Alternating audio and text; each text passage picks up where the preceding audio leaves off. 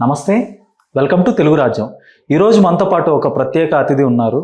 ఆయన ఉమ్మడి ఆంధ్రప్రదేశ్ రాష్ట్రానికి హోంమంత్రిగా పనిచేసిన శ్రీ ఎంవి మైసూరారెడ్డి గారు. ఈరోజు తాజా రాజకీయాల మీద వారితో చర్చిద్దాం. సార్ నమస్తే. నమస్తే. ఇంకా తాజాగా ఈ వారం 10 రోజుల్లోనే మరొక అంశం ఏంటంటే ఎక్కువగా వార్తల్లో నలుగుతున్న అంశం, ప్రొఫెసర్ నాగేశ్వర్ గారు ఒక టీవీ చర్చా కార్యక్రమంలో ఒక క్లెయిమ్ చేయటం, అమిత్ షా వద్దకు నాదెండ్ల మనోహర్, పవన్ కళ్యాణ్ వెళ్ళటం, తర్వాత వాళ్ళు జగన్ అరెస్ట్ చేయాలని ఈయన కోరినట్టుగా ఈయన చెప్పటం, అంటే ఈయన అక్కడ జరిగిన సంఘటన ఈయన చెప్పటం. సో దానికి కూటమి పార్టీల నుంచి చాలా తీవ్రంగా అబ్జెక్షన్ రావటం, ఇదంతా జరిగింది. ఇప్పుడు అది ఎట్లా టర్న్ అయిందంటే, ఇప్పుడు తెలంగాణ ఆంధ్రప్రదేశ్ మధ్య ఒక వివాదం తరహాలో ఒక టర్న్ అయిన సందర్భం అయితే చూస్తున్నాం. మొన్న ప్రెస్ క్లబ్లో తెలంగాణ వాదులు, కొంతమంది తెలంగాణ సామాజిక ఉద్యమకారులు ప్రొఫెసర్ నాగేశ్వర్ గారికి అండగా నిలిచి, ఆంధ్ర పాలకులు ఇక మా మీద పెత్తనం చేయడానికి లేదు, మా వద్దకు చేయటానికి వస్తే మాత్రం మేము ఎట్టి పరిస్థితులు ఊరుకోము, ఒకళ్ళిద్దరు కొంత తీవ్రంగా గొంతు మీద కాలేసి తొక్కుతాము పవన్ కళ్యాణ్ అన్నట్టుగా కూడా మాట్లాడారు. సో దీని మీద ఏమంటారు? ఇంత చిన్న వివాదం ఇంత పెద్దగా మారటానికి కారణం ఏంటంటే, ఇప్పుడు ఏమైందంటే అది చిన్న విషయం కాదు. ఇది అమిత్ షాను జగన్ అరెస్ట్ చేయాలని పవన్ కళ్యాణ్, నాదెండ్ల మనోహర్ అడిగినట్టు అమిత్ షా వాళ్ళు కొంచెం ఆగండి అని చెప్పినట్లు తనకు అభిజ్ఞ వర్గాల ద్వారా తెలిసిందేని ఆయన విన్నట్టు చెప్పారు. నాగేశ్వరరావు స్థాయి వ్యక్తి అటువంటి ఎవరో చెప్పినారు నాకు విషయం తెలిసిందే అని, అది తీవ్రమైన ఆరోపణ కదా. ఏది జగన్ అరెస్ట్ చేయడము అని పోయి అమిత్ షా దగ్గరికి పవన్ కళ్యాణ్ అడగడం అంటే అది కొంచెం తీవ్రమైంది. వాళ్ళ స్కిన్ సేవ్ చేసుకునే దానికి వాళ్ళు కూడా నాగేశ్వరరావు గారి మీద అటాక్ మొదలు పెట్టారు. సరే, తర్వాత ఆయన నేను విరమించుకుంటున్నాను, అది పొరపాటు అని చెప్పినారు. అంతతో సాధించుకోవడం బెటర్. దాన్ని ప్రొలాంగ్ చేసుకొని ఆంధ్ర తెలంగాణ అని చేసుకొని ఇప్పటికే తెలంగాణ రాష్ట్రం అయితేనేమి అటు ఆంధ్ర రాష్ట్రం అయితేనేమి నష్టపోతున్నారు విడిపోయింది. దానివల్ల మేలు జరుగుతుంది అనుకున్నారు కానీ మేలు ఏం జరగలేదు, నష్టం జరిగింది అంతే. ఇది 2 రాష్ట్రాలకు నష్టం జరిగింది. కానీ ప్రొఫెసర్ నాగేశ్వర్ గారు విరమించుకున్నారు, కానీ దానికంటే ఆయన ఎక్కువగా హర్ట్ అయిన అంశం ఏంటంటే, ప్రొఫెసర్ నాగేశ్వర్ గారు సోషల్ మీడియాలో ఒక వ్యవస్థీకృతంగా ఆర్గనైజ్డ్గా ఆయన మీద అటాక్ జరిగింది. టీడీపీ ఆఫీస్ కేంద్రంగా ఆయన మీద మార్ఫ్డ్ పిక్స్ చేసి, కొంత మార్ఫింగ్ చేసి ఆయన మెడలో వైసీపీ కండవా వేయటం, తర్వాత కొంత ట్రోల్ గ్యాంగ్స్, అంటే ఇప్పుడు విమర్శలు చేసే గ్యాంగ్స్ సోషల్ మీడియాలో రెచ్చిపోయారు, కొంచెం వ్యక్తిగతంగా అఫెండ్ అయ్యారని. తర్వాత పవన్ కళ్యాణ్ గారు కూడా కొంత వెటకారం చేస్తూ ప్రొఫెసర్ నాగేశ్వర్ని మాట్లాడుతూ హెచ్చరించటం, మేము ఇప్పటి వరకు ఉపేక్షించాం, తాట తీస్తాం, తోలు తీస్తాం అని కూడా అన్నారు. ఆయన ఉద్దేశించి అన్నారా లేదంటే అది యథాలాపంగా అన్నారా అనేది తెలియదు. అంటే రాజకీయ నాయకుడు గారు అనుకోండి, సినిమా నుంచి వచ్చినారు, కొంచెం ఇది సీరియస్ మ్యాటర్ కదా. జగన్ అరెస్ట్ చేయమని పోయినారనేది అది కొంచెం సీరియస్ మ్యాటరు. దాన్ని డీల్ చేసేటప్పుడు కొంచెం సక్రమంగా చేసుకొని ఉండాల్సింది. ఆయనకు పూర్తిగా విషయం తెలిసినట్టు చెప్పడంతో కొంచెం అఫెండ్ అయింటారులేండి. అటువంటిప్పుడు ఎన్ని సోషల్ మీడియా వచ్చినాక చెప్పలేము, వాళ్ళే రాసినారా,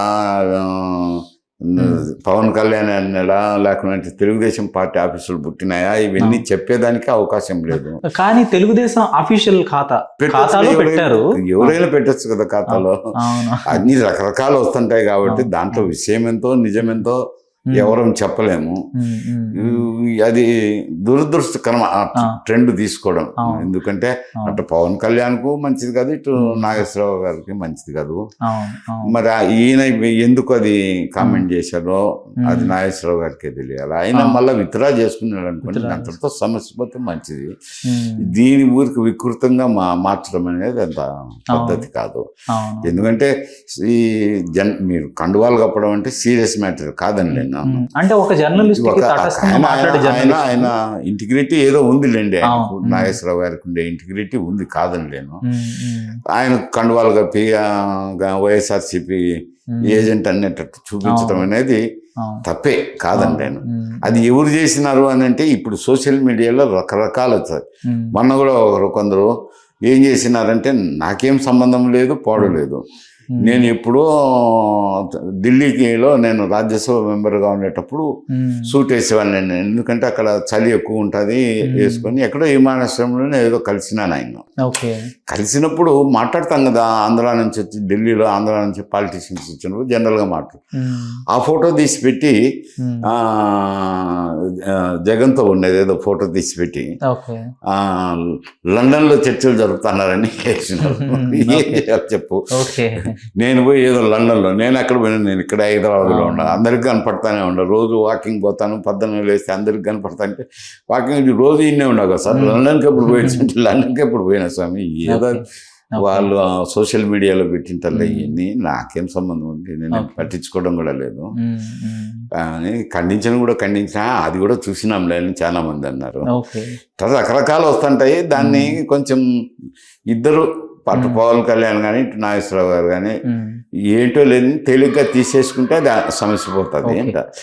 దాన్ని చిలువలు పలువలు చేసుకుంటే ఇంకా ఎక్కువ అవుతుంది. అయితే ఇద్దరికి నేను విజ్ఞప్తి చేసేది ఇద్దరితో మంచిది అదే అని చెప్తాను, సలహా అయితే నా సలహా. కానీ ప్రొఫెసర్ నాగేశ్వర్ గారు చేసిన వ్యాఖ్యలకి ఎక్కువగా వైసీపీ హర్ట్ అవ్వాలి, ఎందుకంటే బీజేపీతో సంబంధం ఉండటం, బీజేపీతో శాశ్వత మిత్రత్వం అనేది వైసీపీకి నష్టం చేసే అంశం. ఎందుకంటే ఎక్కువ మైనారిటీలు, తర్వాత యాంటీ బీజేపీ ఓట్ బ్యాంక్ అంతా కూడా ప్రస్తుతానికి వైసీపీతో ఉంది. సో ఎక్కువ డ్యామేజ్ అయితే వాళ్ళకే జరుగుతుంది.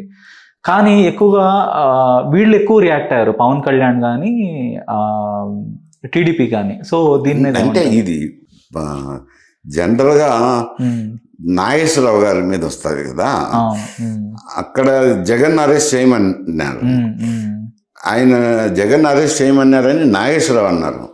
వాస్తవానికి లేదు కదా, పవన్ కళ్యాణ్ వాళ్ళతో చర్చించింది లేదు, వాళ్ళు వీళ్ళకు చెప్పింది లేదు.